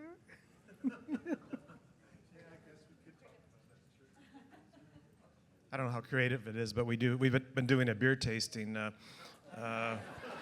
but we've been doing this for 16 years. We started the tree board. We established a tree board, and then when we joined American in Bloom, our version of that is Ottawa's Blooming. We kind of do a combined beer tasting. But the nice thing about it is you really meet wonderful people. And at the last one we had in May, I sat across a picnic table from a guy who's a contractor in town I had never met before. And he said, "Mayor, if you ever need $3,000 or $4,000 for a project, call me." And I called him about a month ago and said, "I've got 10 people that want to go to the American in Bloom Symposium. I don't feel right asking them for the money." He said, "How much you need?" I said, $3,000. He said, "How about 4?" I said, "Okay." So those connections just happen sometimes. And you've got beer money.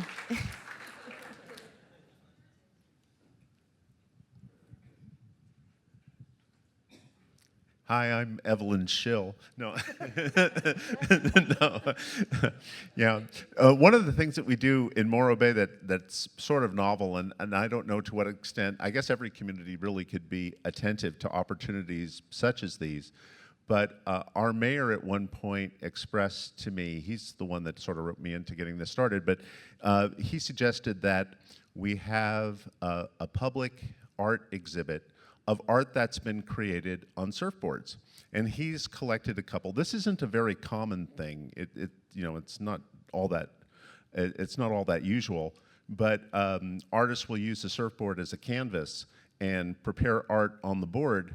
And he said, my friends have collections. It's something that people do, but it isn't necessarily a recognized public art form. Well, he thought about putting maybe 10 on exhibit on the main street of our town.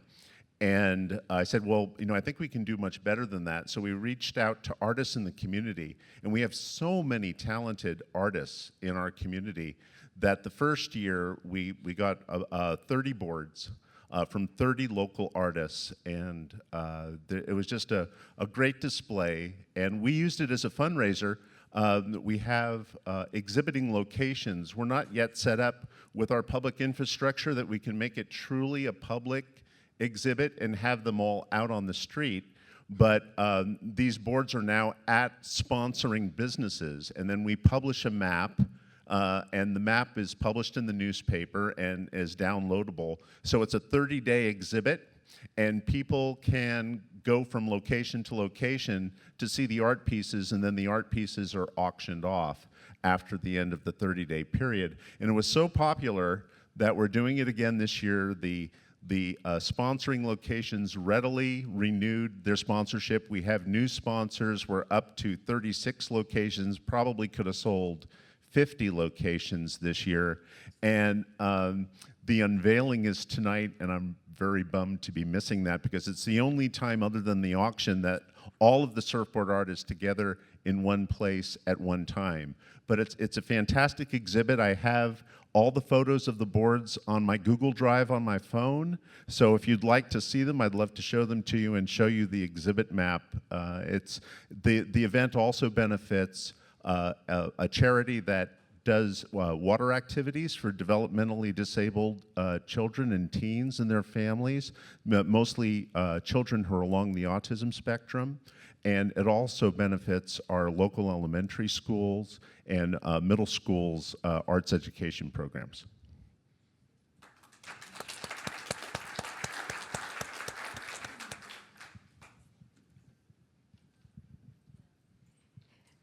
Nancy Chenault, we had a couple of new streetscapes. First one was the main one down through the business district, and when the lampposts went up that had basket brackets, they also had banner brackets to put decorative banners.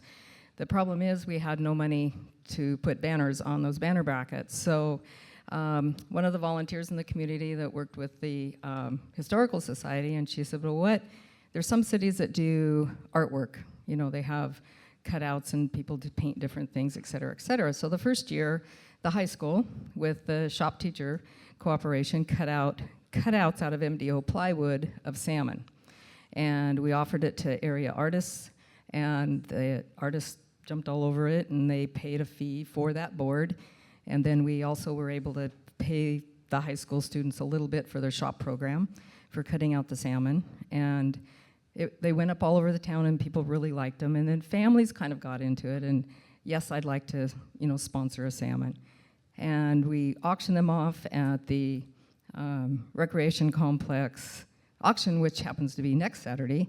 But that first year, we raised about $700, put it in a fund, enough to start for the next year. The next year, the shop class machine that cuts out all the fancy shapes broke down, so we did quilt squares, basically 24 by 24 squares, and it became even more of a family-oriented event. The artists still participated, paid their fee, and we're beginning to build this fund, again, auctioning them off at the recreation complex auction. So they go up in May, come down the 1st of October. Last year we did, a volunteer had one of those fancy scroll saw things, and they did these big feet cutouts. They were great fun. Now we see it transitioning from being an artist-concentrated art project, if you will, contribution to their city, to families, just schools, just we want those feet. And we had feet decorated in a lot of different ways all over town, hanging from those banner brackets. This year we had enough funds in that account, and we were able to purchase 12 30 by 80 inch welcome banners for both ends of town that were custom made for us with scenes of our city. Very excited about that, still had money in the fund. And then this year we had a international flag motif. We have many, many visitors that come into our area to visit Mount St. Helens. And our goal, of course, is to get them to come across the freeway and down into town. And we are seeing more and more of those all the time. So we celebrated family heritage with doing a flag of your country of heritage. So we have France, and we have Norway, and we have Sweden. And we do have our international visitors looking at these and going, wow, there's Belgium. Who would think? Or Ireland. So that's been really fun. With the auction monies that we hope to raise this coming Saturday, next Saturday, we should have enough to actually put the boulevard banners on the main street for decorating those banner flags, which we'll do seasonally. So we're excited. Nobody wants to give up on that fundraiser. they want to keep that going. So they've said no matter how many boulevard banners we're able to buy, let's always do the street art project.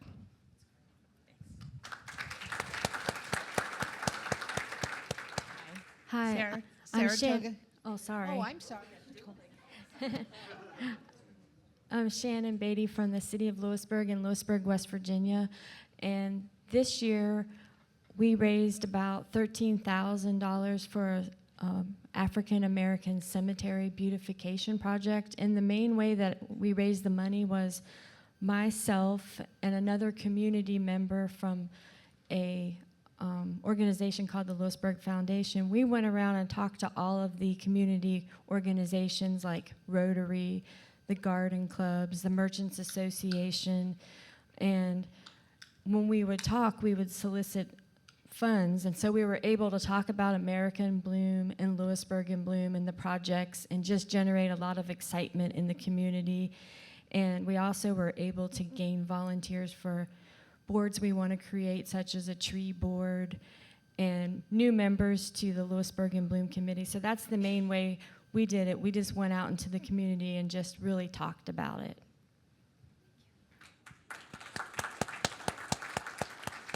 Hi, we decided 10 years ago that we wanted to have a big entranceway sign to our village, which would be lovely.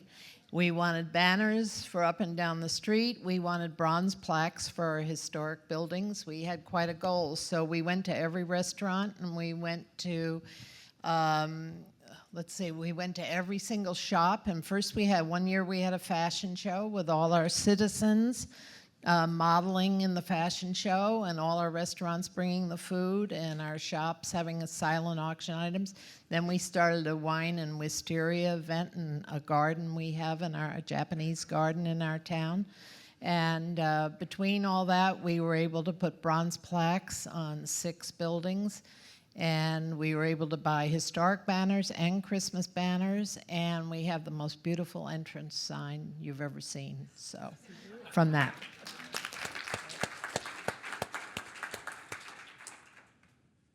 Thank you.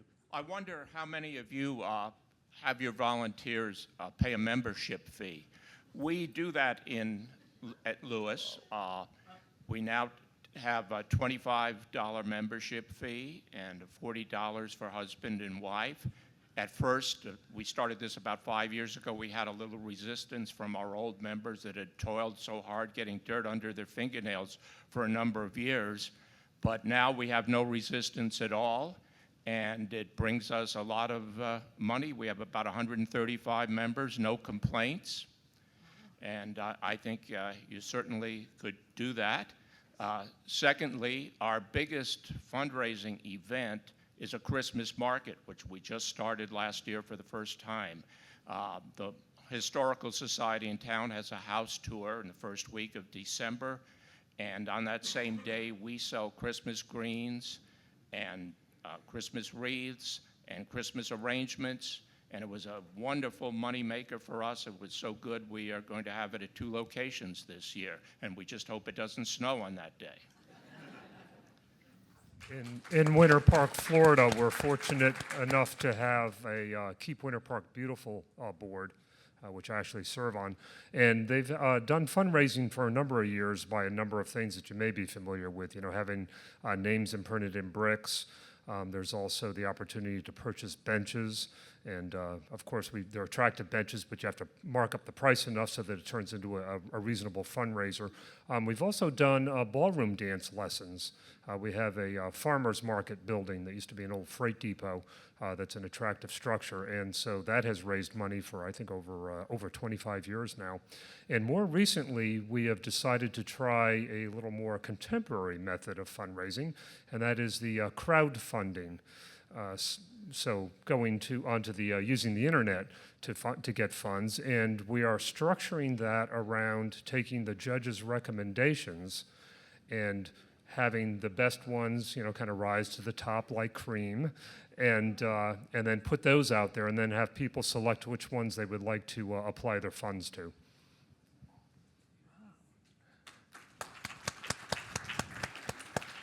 I just happened to judge Lewis, Delaware this year, and I want to add to Warren's comments. They call those volunteers patrons. So the volunteers then are patrons to a certain area where they tend to garden all the time. So they then have patrons who are caring for a certain flower bed, and they feel very, very attached to that area and help support the program even more.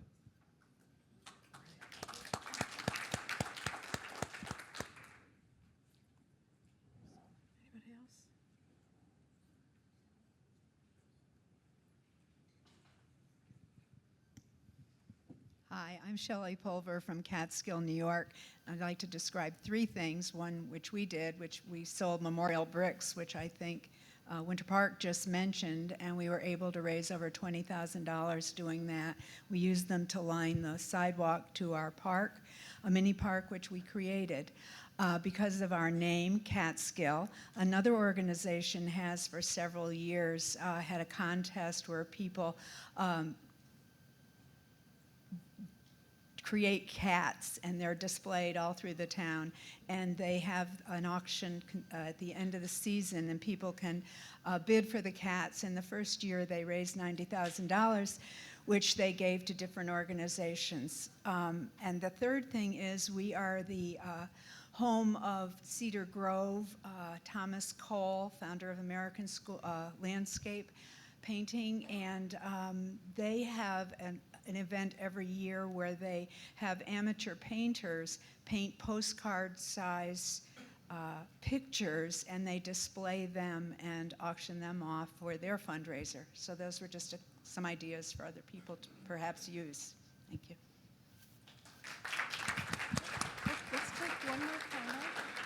Let's take one more comment on this topic and then switch to how do you use your American Bloom participation to market and promote your city? Thank you, Evelyn. I'm Brent Barron. I'm from Ottawa, Illinois. I'm the tree board. I was the natural selection to be on the urban forestry part of our American in Bloom committee. Anyway, you're all talking about fundraising. And yesterday, one of the speakers said something about go visit the big red oak over on the campus. Here's one for everybody in this room. You all have a big tree in your town, okay? And you all have people that used to live in your town, okay? And they all want to have part of your town where they move to. And I gave this up to Ryan from Hope University here. They need to start harvesting the acorns from that tree and growing little seedlings and selling them to their students that leave this place. And they can take them back to wherever they settle, and they have a piece of Hope University where they live. You can sell them for $5 or $10, and guess what? After a while, you're going to have thousands, and you're going to have a connection with your community. So that's something you can take back. It's not a brick, it's not a bench, it's something you get for free from something that's in your community already.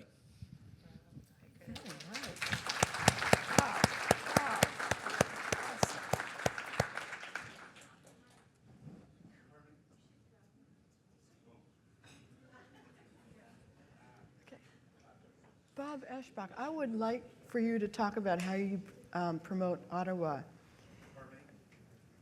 I would like you to just say a couple words about how you use your American Bloom involvement to promote Ottawa. I've seen some beautiful publications in your city where you do that. Is that okay?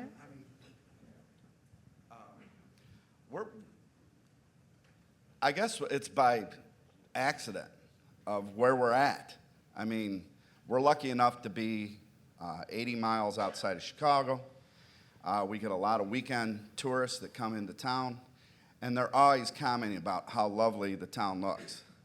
I give a lot of that credit to the man that's sitting to my right. Before he became mayor, we had a lot of negative opinion. I'm getting off topic, but when he became mayor, there was a new vibrancy in the community, and people became proud of our community again, and we started to talk it up as we go out. And you tell people that you're from Ottawa, Illinois, and they're going like, oh, we love your town, we love your town. We've been to your town. We love coming to your town. I don't know. I mean, I guess it's just word of mouth. It's been a lot of hard work with volunteers over the years. Everything we do is based on volunteers. You can't afford to pay for all of this. You have to do it with volunteers. I know that from just being on the tree board for 17 years. I have very little funding. I mean, I'm in the priority list underneath your shoe as far as the city budget comes. So everything we do on the tree board as far as planting trees, you know, they're crazy. You're planting trees, you're planting trees. We need new ambulances. We need new fire trucks. We need a new cop car. So it's kind of like you beg, borrow, and steal. You kind of latch onto other groups and you use their synergy to double your efforts. You do 50-50 programs where you put up part of the money and somebody else puts up part of the money and you can do double what you were intending to do. I don't know. I mean, it's a lot of hard work. It's a lot of hard effort, but it does pay off after a while. So thank you for pointing us out again. Here you go, Susan. I'm Susan Burton, and I'm from Ottawa, too. And I've been on the committee maybe 2 years. Pretty quiet in the beginning. I'm a public artist. I don't really do plants, but I do things for plants. And I have to say that what America in Bloom has done for our city is its motivation. Motivation, organization, and focus.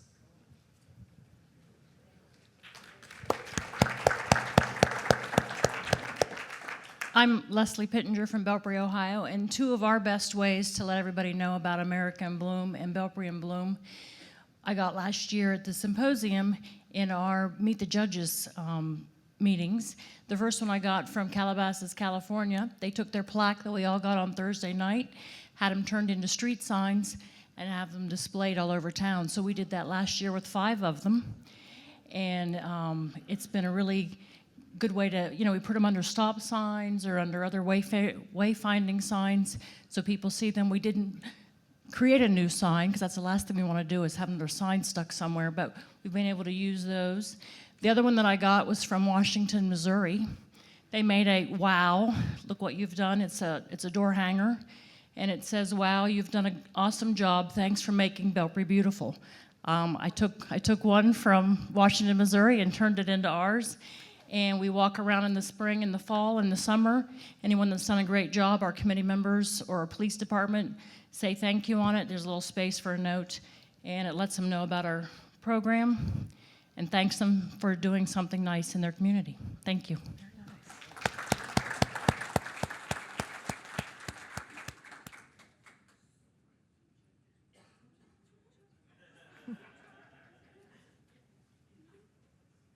So let's open it up to any other comments that you might have.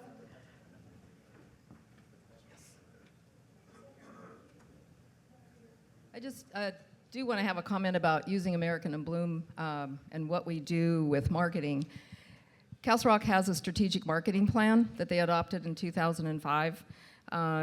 Some of the city leaders believed in that and tried in various ways to have volunteers run committees that would actually begin to implement that strategic marketing plan. In 2012, they got a grant that said, we are going to implement. One of the things that was part of that strategic marketing plan was landscaping your entrances to town to make them more attractive, which attracted me as a horticulturist and a former nursery owner.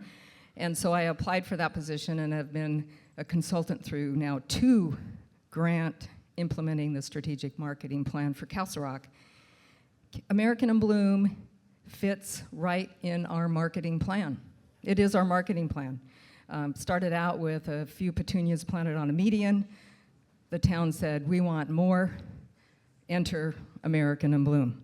So we are using the American in Bloom program as our forefront marketing plan for economic development, for tourism attraction, getting those people to come across the freeway, those 300,000 visitors that visit Mount St. Helens every season, we want them in town and upgrading our downtown. So don't hesitate taking a very viable energetic program and making it work for your town, because it is a great marketing program and we're using it.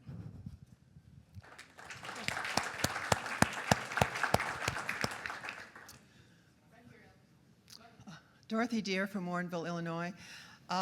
We hadn't entered the American Bloom program for 5 years, and last year, Vivian and Dwight Lund had won the auction for having Evelyn come over to our town, and so we took the advantage of having a day with Evelyn in our town to invite all our neighboring towns to come to a forum where we could promote American Bloom to those as well. And I know that St. Charles is here, so that's a good plus.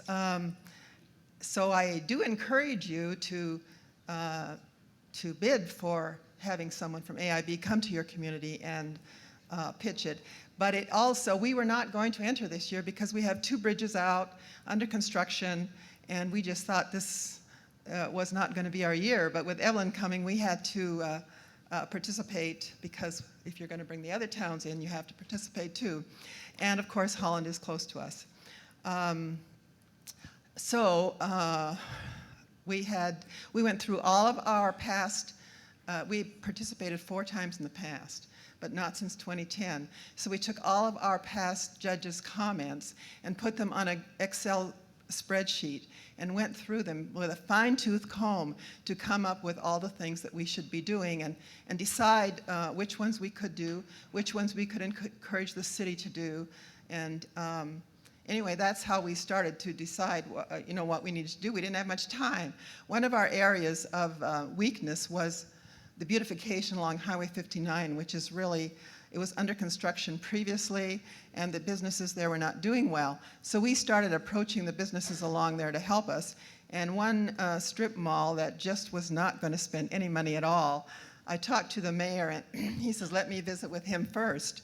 So he called him into his office. He still wasn't going to spend any money. But the mayor says, go visit with Warrenville and Bloom. So I had a meeting with him, and by the end of the meeting, he was willing to give us carte blanche with $1,000, do whatever you want. And, and then if you have to spend more, call me. And we had to spend more, and we called him. But now they have planters by all the businesses along that strip. And it's just starting. It's, the beautification is just beginning. We planted a lot of native plants because the area is kind of rocky. And we planted by the sign, and we've got a few other businesses along there to do some stuff as well. One other thing, we participate in our festivals with tables or tents whenever we can, if they'll donate it to us for nothing. And summer days, first week of August, the Chamber of Commerce and the city and the Park District sponsor that event.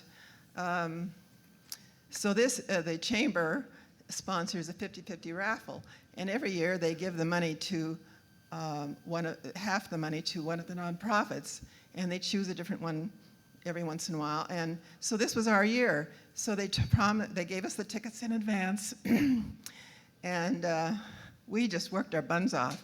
And we raised $2,250. So we got $1,125. And we got a few people who were really aggressive about going and mingling with the people, not just sitting at the table, And that's just it really helped us a lot. So these are just a couple of ideas for you. Okay. We have time for one more.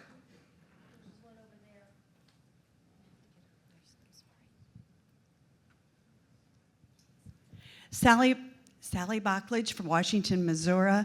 This is our 5th year in the program, and we're delighted each year.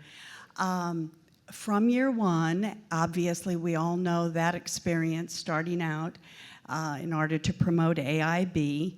Following the symposium, the Monday following the trip to Washington, D.C. and Arlington, Virginia, we held a prearranged press conference. Everybody came to City Hall to hear how we had done, to hear the results, and it was very exciting. And that has become an established part of our participation. So Monday, we'll be at City Hall in Washington, Missouri, and regardless of communications through phone calls or emails or text messages, or the live stream of how people locally know we are doing, they will be there to hear face to face what has taken place in this wonderful, wonderful event. And actually, an extension of that, Dear Evelyn, is, well, of course it goes to our local papers in picture form. We take a picture.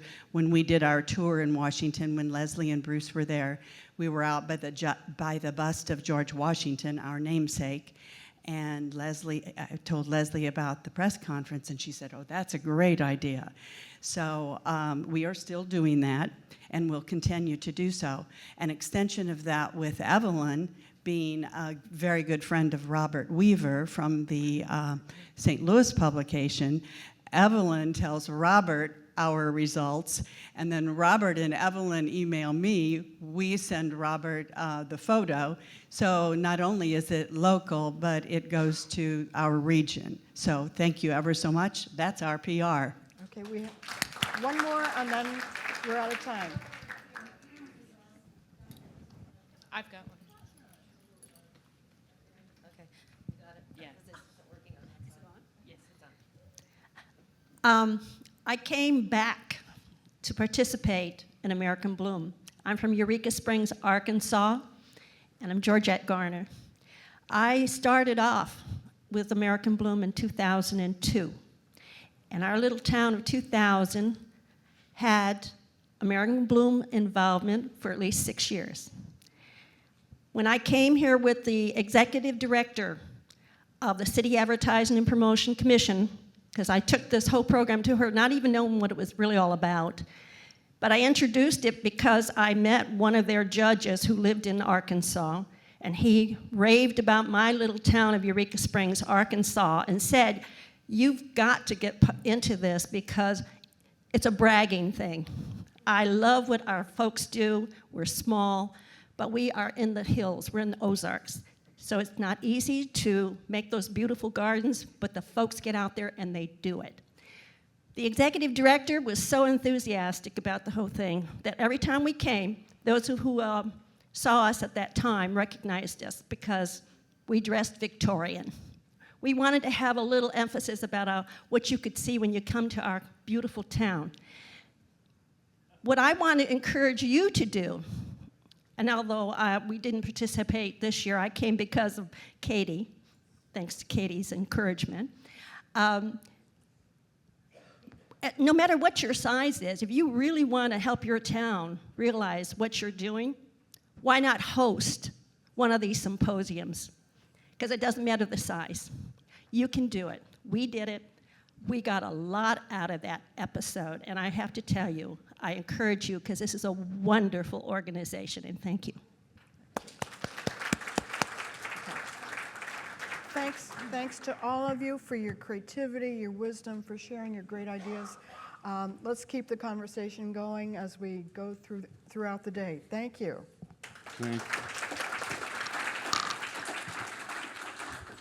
Thank you, Evelyn, and thank you for everyone who did speak today.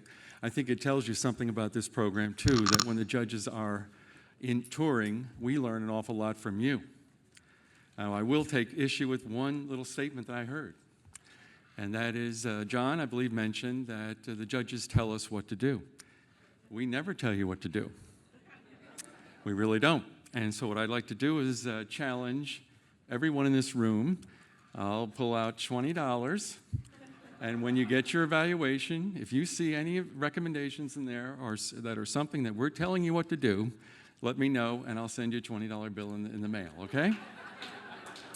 What we do is we provide suggestions and recommendations, and we nudge you to think it through, modify it, change it, throw it out. So as you do your Excel spreadsheets, for example, which is another idea I heard, realize that these ideas that we might give you are not necessarily like, okay, it's got to be done this way, this is what you're supposed to do. This is to stimulate your thinking, okay? I don't have a chance to talk to the group, the entire group, during the year, so I would like to thank the communities on behalf of the judges and on behalf of the National Awards Committee. Thank you for everything you do year-round and thank you for what you do when we're in town. I'll get choked up, I'm sure.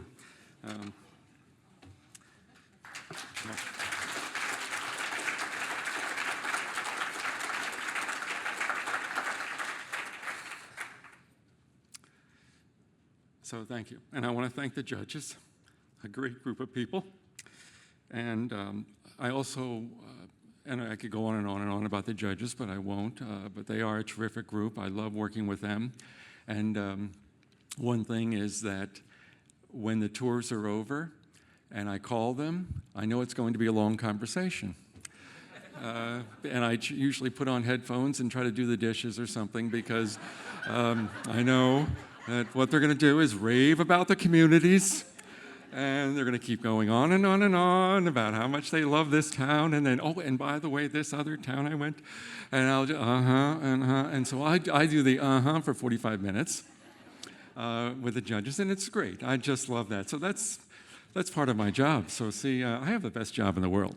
So I would also like to thank the awards selection committee.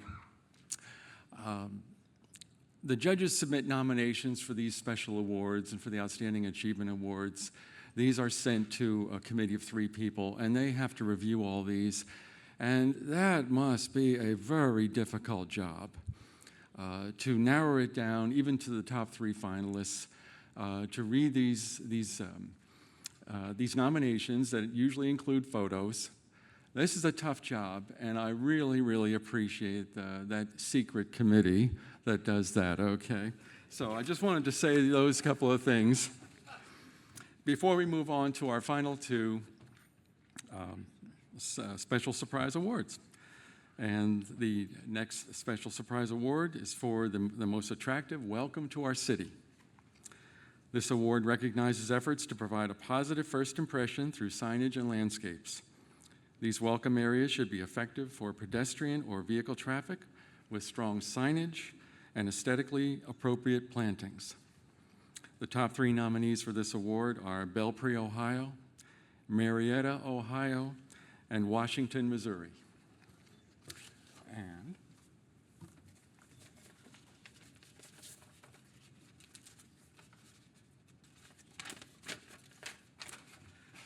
the winner of the special award for the most attractive welcome to our city goes to Belpre, Ohio.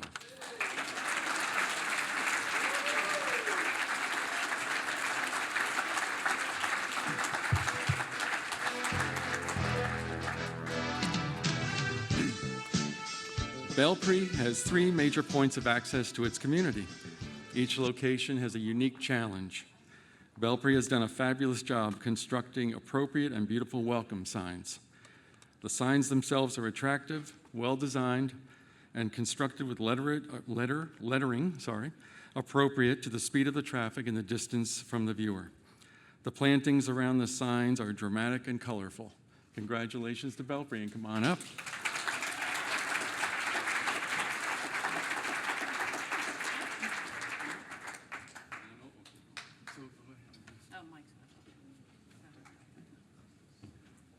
Thank you so much. I get to do it this year without a black eye. So, no, we've really been blessed with a hard group of volunteers. With Leslie and I kind of leading the way, her more than I. It's been kind of a spontaneous thing at times when one person joins the group or makes a planning or makes an improvement to their business. Then somebody else wants in it, and then one more, and then one more. And the entrances started, I guess, my first year, because I thought we'd made some improvements. Things looked better. The grasses and the 4-lane and everything was mowed quicker and a little neater, a little more trimming, a little more weed eating, a little more emphasis on just the minute things. I went to my class reunion, and one of the people I went to school with said, "Boy, the town has really deteriorated." And it hurt. It really hurt my feelings. So I put my wife behind the wheel. We hit all the entrances of the city. And for the first time in years, I saw what was happening. Our city's nice inside, but you had to get past the entrances and the blight on each entrance into a community. So with Leslie's help as the leader of this group, we have fixed that. Now, some of the beauty is on the outside as well as the inside. So thanks to this wonderful group, and thank you for the award.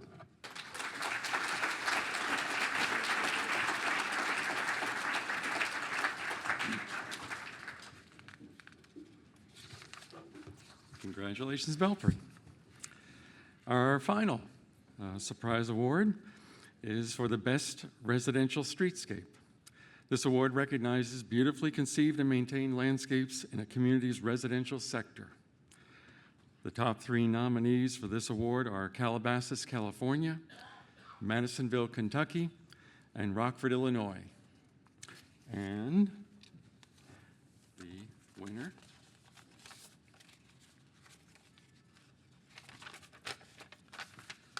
the winner of the special award for the Best Residential Streetscape goes to Rockford, Illinois.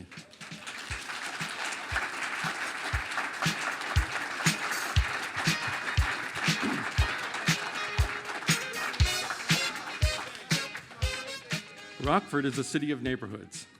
According to the Neighborhood Network, there are 111 neighborhood associations.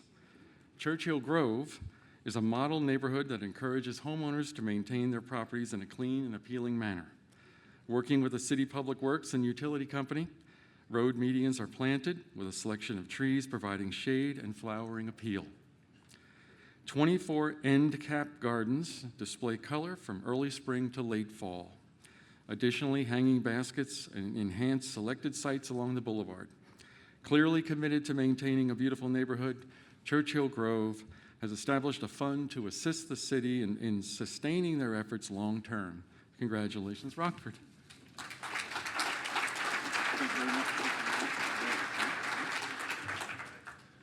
Rockford truly is a city of neighborhoods.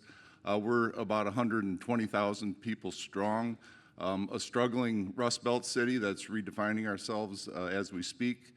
We're in the midst of a renaissance right now. The neighborhoods have been the backbone of that, have been the support for our beautification efforts all through the tough years, the good years, and thank you very much for this award.